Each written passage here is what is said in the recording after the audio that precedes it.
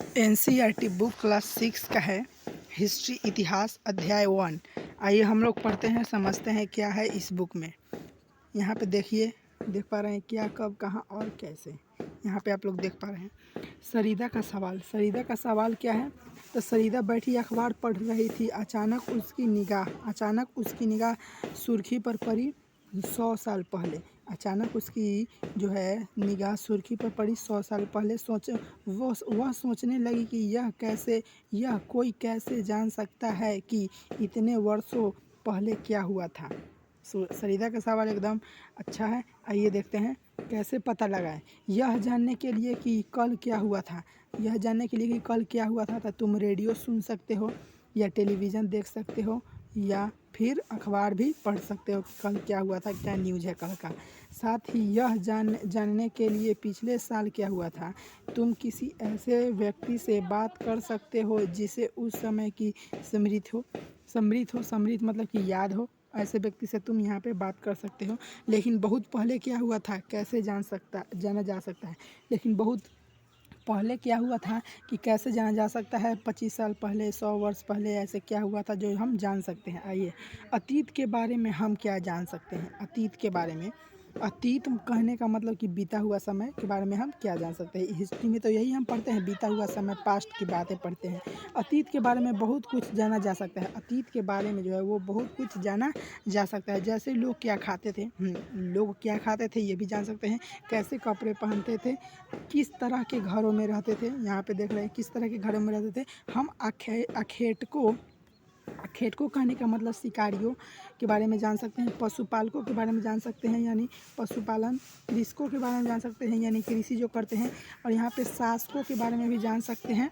शासकों मतलब राजा महाराजा। व्यापारियों के मतलब में जान सकते हैं, अलग अलग तरह के व्यापारी करते हैं। पुरोहितों के बारे में जान सकते हैं, जो पंडित के बारे में भी जान सकते हैं। शिल्पकारी के बारे में जान सकते हैं, जो मूर्तियाँ बनाते थे। फिर यहाँ पे कलाकारों के बारे में, संगीतकारों के बारे में या फिर वैज्ञानिकों के जीवन के बारे में जानकारियाँ हासिल कर सकते हैं। यही नहीं, हम यह भी पता कर सकते हैं कि उस समय बच्चे कौन से खेल खेलते थे, कौन सी कहानियाँ सुना करते थे, कौन सी नाटक देखा करते थे या फिर कौन से गीत गाते थे। हम ये सब अतीत के बारे में पढ़ते हैं, पास्ट के बाद। अब लोग कहाँ रहते थे, ये आइए देखते हैं। मानचित्र 1 देखिए, यहाँ पे मानचित्र 1 पृष्ठ 2 में नर्मदा घाटी का पता लगा। अच्छा, ये बाद में देख लेंगे। पहले आगे बढ़ते हैं। कई लाख वर्ष पहले लोग इस नदी के तट पर रह रहे थे। कई लाख वर्ष पहले लोग इस नदी के तट पर रह रहे थे। किस नदी के तट पर? तो नर्मदा घाटी नदी के तट पर रह रहे थे। यहाँ रहने वाले आरंभिक लोगों में से कुछ कुशल संग्राहक, जो आसपास के जंगलों की विशाल संपदा से परिचित थे, अपने भोजन के लिए अच्छा, फलों तथा जंगल के अन्य उत्पादों का यहीं से संग्रहण करते थे। वे जानवरों का आखेट मतलब शिकार भी करते थे। यहाँ पे आप लोग देख पा रहे हैं। और यहाँ पे है, आइए हम आप लोगों को यहाँ पे चित्र दिखा दे। बोला था ना नर्मदा घाटी कहाँ है, पता लगाइए। आइए हम आपको बताते हैं नर्मदा घाटी कहाँ है। यहाँ पे आप लोग देखिए नर्मदा घाटी कहाँ है। आप लोग देखिए और आंसर दीजिए, हमको बताइए कि नर्मदा घाटी कहाँ है। देखिए बिल्कुल सही, अब आपको एकदम फ्रेश से दिखाएगा नर्मदा घाटी। यहाँ आपके स्क्रीन के सामने है, यहाँ है नर्मदा घाटी। और चलिए अब आगे का क्लास करते हैं। अब आगे चलते हैं। हाँ, यहाँ पे अब क्या कह रहा है,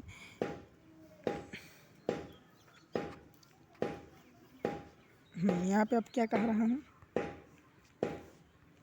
यहाँ पे आप देखिए, यहाँ पे आप देखिए क्या है। यहाँ पे अब तुम उत्तर पश्चिम की सुलेमान और कीर्थर पहाड़ियों का पता लगाओ। इसी क्षेत्र में कुछ ऐसे स्थान है, इस जो क्षेत्र में कुछ ऐसा जगह है जहाँ लगभग 8,000 साल पूर्व मतलब पहले स्त्री और पुरुष, महिला और पुरुष जो है ने सबसे पहले गेहूं तथा जौ जैसी फसलों को उपजाना आरंभ किया।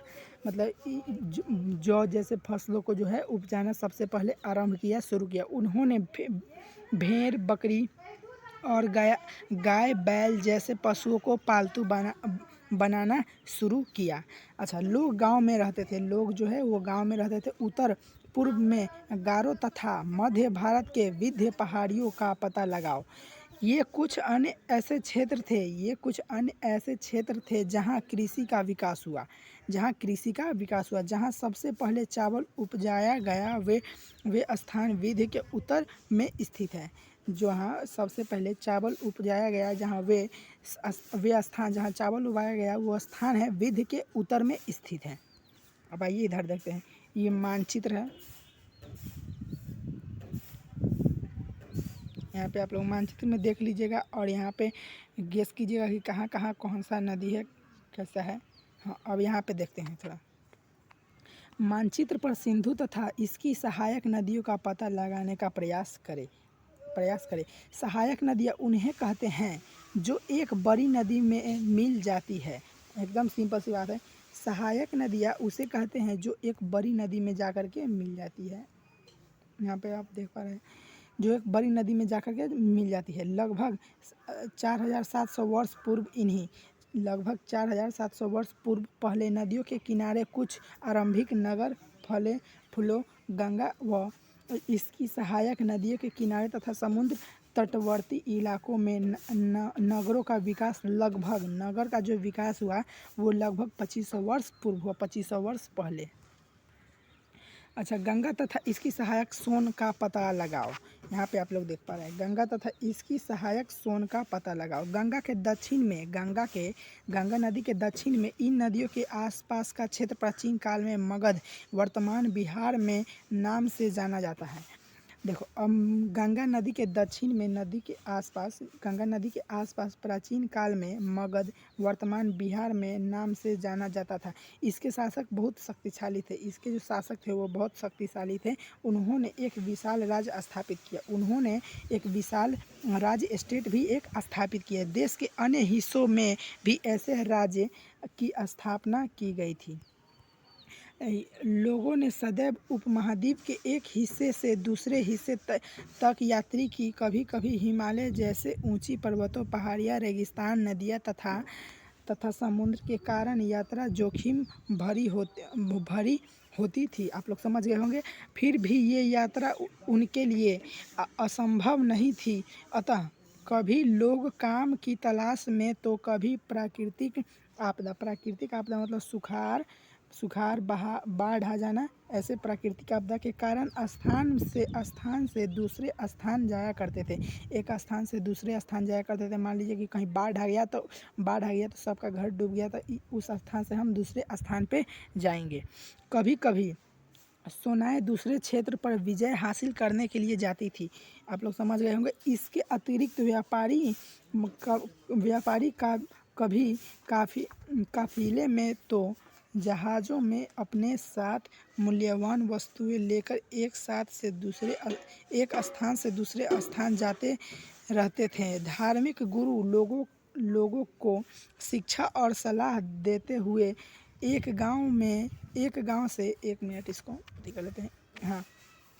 गांव से दूसरे गांव तथा एक कस्बे से दूसरे कस्बे जाया करते थे। कुछ लोग नए और रोचक स्थान को खोजने की चाह में उत्सुकतावश भी यात्रा किया करते थे। इन सभी यात्रियों से लोगों को एक दूसरे के विचारों को जानने का अवसर मिला। आप लोग समझ गए होंगे। अब यहाँ पे देखिए कि आज लोग यात्रा क्यों करते हैं। एक बार फिर से मानचित्र वन को देखें। एक बार फिर से बोला है, मानचित्र मैप 1 को देखें। पहाड़ियाँ, पर्वत और समुद्र इस उपमहाद्वीप की प्राकृतिक सीमा का निर्माण करते हैं। हालांकि लोगों के लिए इन सीमाओं को पार करना आसान नहीं था। लोगों को इस सीमाओं का पार करना आसान नहीं था। जिन्होंने ऐसा चाहा वो एक ऐसा ऐसा कर सके, वे पर्वतों की ऊंचाई को छू सके तथा गहरे समुद्र को पार कर सके। उपमहाद्वीप के बारे में भी कुछ लोग यहाँ आए और यही बस गए। यहाँ पे है एक बस गए लोगों के इस अवगमन में हमारी सांस्कृतिक परंपराओं के समृद्ध है। अब यहाँ पे देखिए समृद्ध किया। अच्छा, कई सौ वर्ष से लोग पत्थर को तराशने, संगीत रचने और यहाँ तक कि भोजन बनाने के नए तरीकों के बारे में एक दूसरे के विचार को अपनाते रहे। कई सौ वर्ष पहले लोग पत्थर को तराशने में, संगीत रचने में, यहाँ तक कि भोजन बनाने के लिए भी तरीके में एक दूसरे के विचार को अपनाते हैं। अब देश के नाम के बारे में पढ़ेंगे। ये देश के नाम अपने देश के लिए हम प्रायः इंडिया तथा भारत जैसे नामों का प्रयोग करते हैं। क्या बोल रहा है? अपने देश के लिए प्रायः तथा इंडिया तथा भारत जैसे नामों से प्रयोग करते हैं। इंडिया शब्द इंडस से निकला है। इंडिया शब्द जो है इंडस से निकला है, जिसे संस्कृत में सिंधु कहा जाता है। अपने एटल्स में ईरान और यूनान का पता लगाओ। अपने एटलस में यूनान का पता लगा। लगभग 2500 वर्ष पहले उत्तर पश्चिम की ओर से आने वाले ईरानियों और यूनानियों की सिंधु को ही हिंदोस अथवा इंदोस और इस नदी के पूर्व में स्थित भूमि प्रदेश को इंडिया कहा। आप लोग समझ गए होंगे। भारत नाम का प्रयोग उत्तर पश्चिम में रहने वाले लोगों के लिए एक समूह के लिए किया जाता है।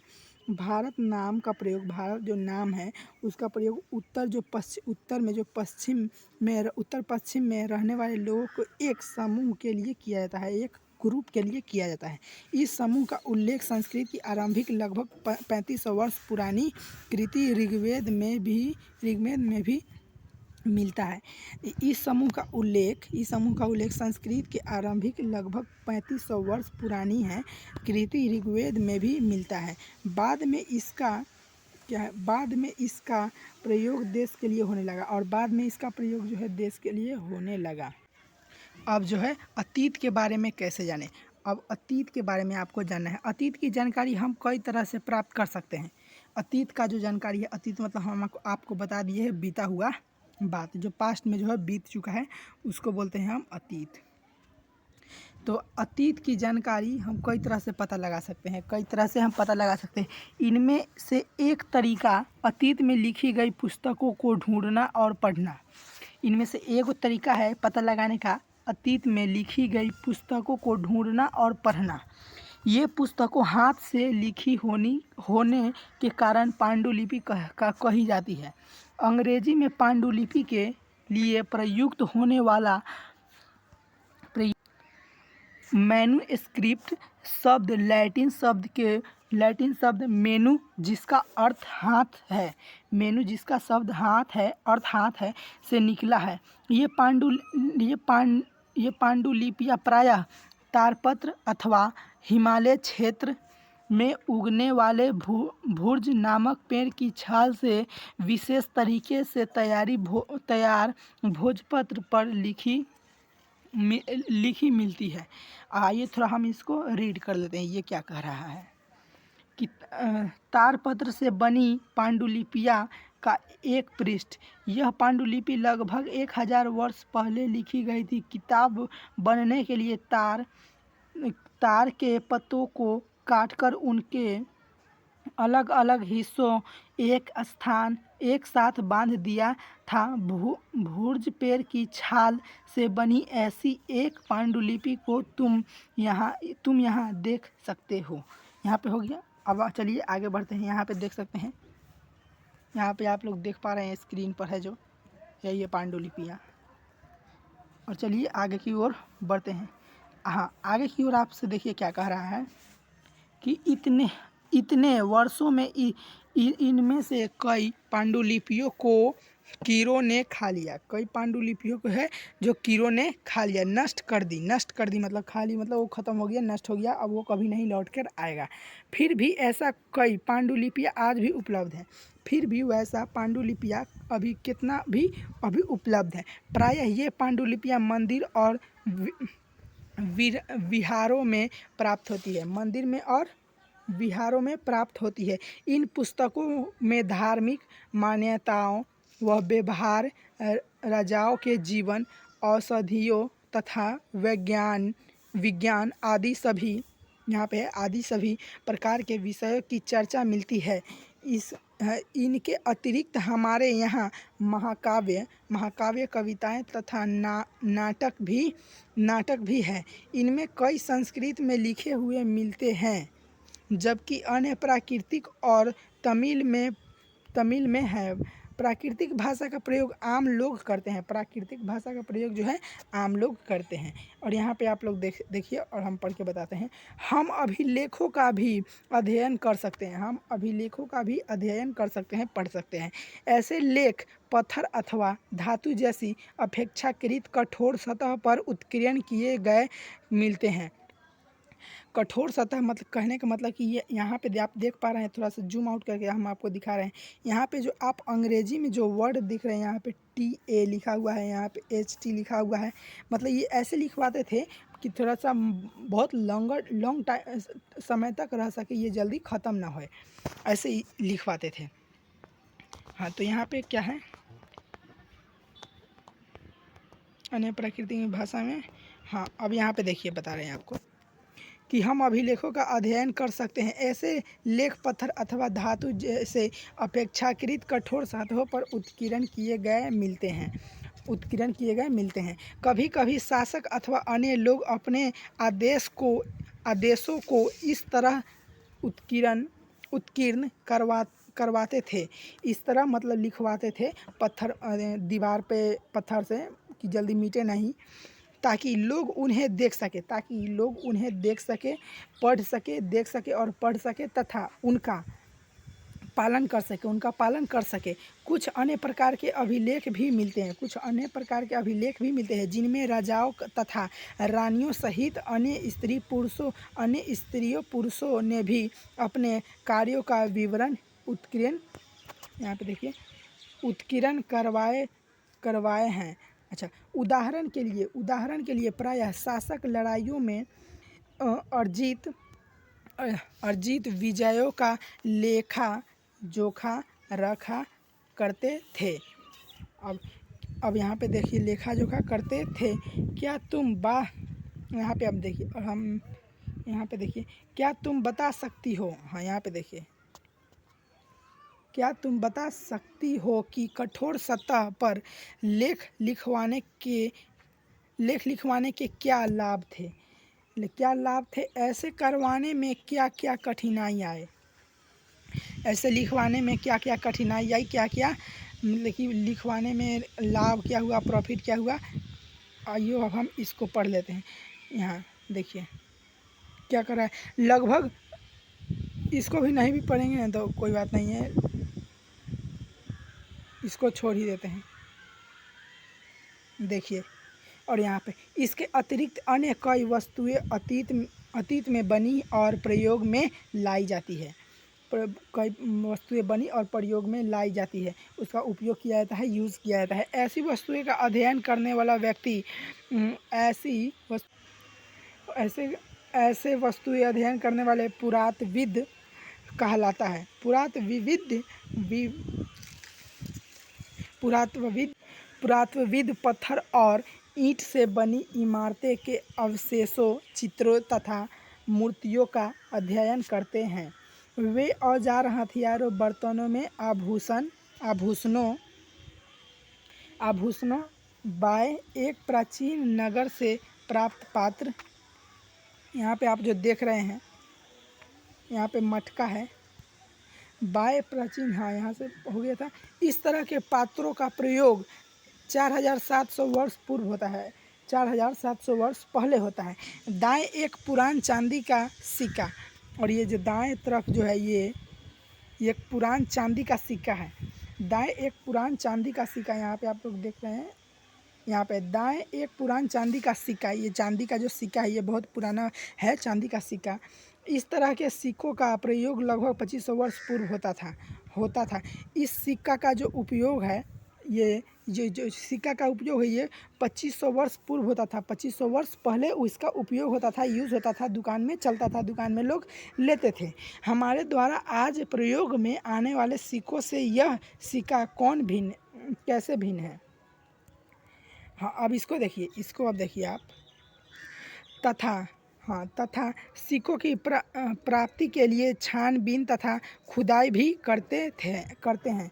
सिक्कों के प्राप्ति के लिए छानबीन तथा खुदाई भी करते थे। इनमें से कुछ वस्तुएं पत्थर, पक्की मिट्टी तथा कुछ धातु की बनी हो सकती है। ऐसे तत्व कठोर तथा जल्दी नष्ट होने वाले होते हैं। ऐसे तत्व पुरात विविध जानवरों, चिड़ियों तथा मछलियों की हड्डियां भी ढूंढते हैं। इससे उन्हें यह जानने में भी मदद मिलती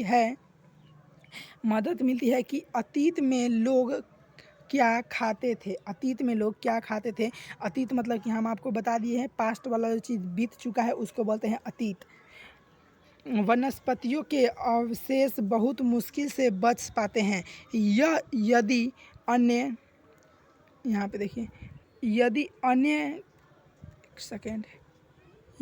अन्य के दाने अथवा लकड़ी के टुकड़े जल जाते हैं तो वे जले हुए रूप में बचे रहते हैं, राख के रूप में बचे रहते हैं। लकड़ी जो जल जाते हैं, कोयला ये सब हो गया, ये सब जल जाता है तो राख के रूप में बचे रहते हैं। क्या पुनरुद्भिदों को बहुधा कपड़ों के अवशेष मिलेंगे? यहाँ पे देखिए, पांडुलिपियां अभिलेखों तथा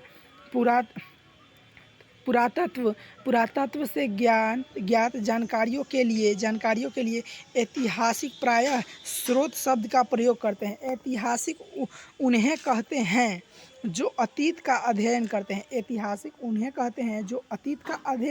अतीत में पढ़ते हैं, बीते हुए बाद में पढ़ते हैं। स्रोत का प्राप्त होते ही अतीत के बारे में पढ़ना हुआ रोचक हो जाता है, क्योंकि इन स्रोत की सहायता से हम धीरे धीरे अतीत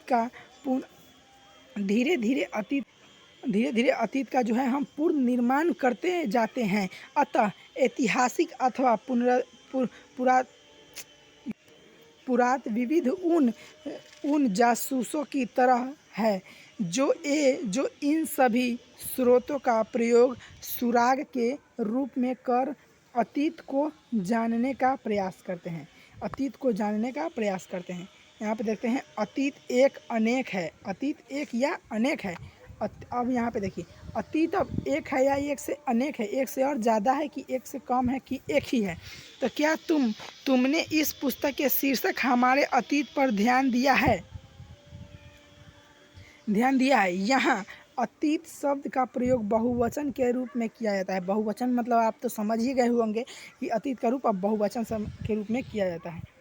अब यहाँ पे देखिए, यहाँ पे अब क्या कह रहा है कि और ध्यान देने के लिए किया जाता है। अतीत की ओर ध्यान देने के लिए किया जाता है कि अलग अलग समूह के लोगों के लिए इस अतीत के अलग अलग मायने थे। उदाहरण के लिए पशुपालकों अथवा कृषकों, पशुपालन मतलब पशुपालन और कृषकों मतलब जो कृषि करते थे, कृषकों का जीवन राजाओं तथा रानियों के जीवन से तथा व्यापारियों का जीवन शिल्पकारों मतलब हम आपको जो बताया जो मूर्तियाँ बनाते थे, व्यापारियों मतलब जो अलग अलग व्यापार करते थे, शिल्पकारों के जीवन से बहुत भिन्न था, अलग था। जैसा कि हम आज भी देखते हैं, उस समय भी देश के अलग अलग हिस्सों में लोग अलग अलग व्यवहार और रीति रिवाज का पालन करते हैं। एकदम सही है, आप लोग समझ गए होंगे, ये तो एकदम सिंपल भाषा है। उदाहरण के लिए आज अंडमान द्वीप के अधिकांश लोग अपना भोजन मछलियाँ पकड़ कर शिकार करके तथा फल फूल के संग्रह द्वारा प्राप्त करते हैं। इसके विपरीत मतलब जस्ट उल्टा, इसके विपरीत जस्ट उल्टा शहरों में रहने वाले लोग खाद्य आपूर्ति के लिए अन्य व्यक्तियों पर निर्भर करते हैं। इस तरह के भेद अतीत में भी विद्यमान थे। अतीत में भी क्या थे? विद्यमान थे। और यहाँ पे देखिए, यहाँ पे आप देखिए, इसके अतिरिक्त एक अन्य तरह का भेद है।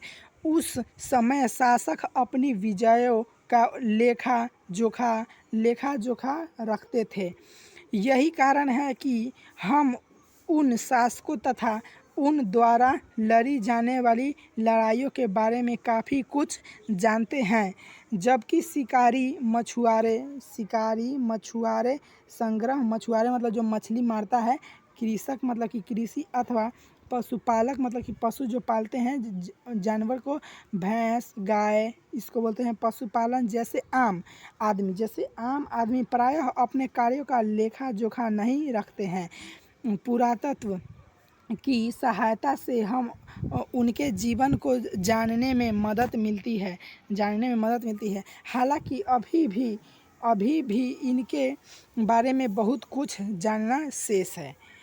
तिथियों का मतलब क्या होता है? आइए अब हम देखते हैं तिथियों का मतलब क्या होता है। तिथियों का मतलब, अगर कोई तुमसे तिथि के विषय में पूछे तो तुम शायद उस दिन का तारीख बता सको। जैसे अगर तुमसे कोई पूछेगा कि आज क्या तिथि है तो तुम तारीख बता सकते हो कि आज 16 तारीख है, 20 तारीख है, 25 तारीख है, जितना भी तारीख है वो बता सकते हो। या माह वर्ष, जैसे कि 2000 वर्ष या 2000 या इसी तरह का कोई और वर्ष बताएगी। वर्ष की यह गणना ईसाई धर्म प्रवर्तक मसीह के जन्म की तिथि से की जाती है। अतः 2000 वर्ष कहने का तात्पर्य ईसा मसीह के जन्म के 2000 वर्ष के बाद से है। यहाँ पे आप लोग देख सकते हैं 2000 बाद से है। ईसा मसीह के जन्म के पूर्व की सभी तिथियों ईसवी पूर्व ईसा से पहले के रूप में जानी जाती है। इस पुस्तक में हम 2000 को अपना आरंभिक बिंदु मानते हुए वर्तमान से पूर्व की तिथियों का उल्लेख करेंगे। और यहाँ पे देखिए, यहाँ पे ये दिया हुआ है, आप लोग इसको देख लेंगे और समझ लेंगे कि क्या दिया, इतिहास और तिथियों। यहाँ पे आप लोग देख लेंगे और ये क्वेश्चन आंसर है।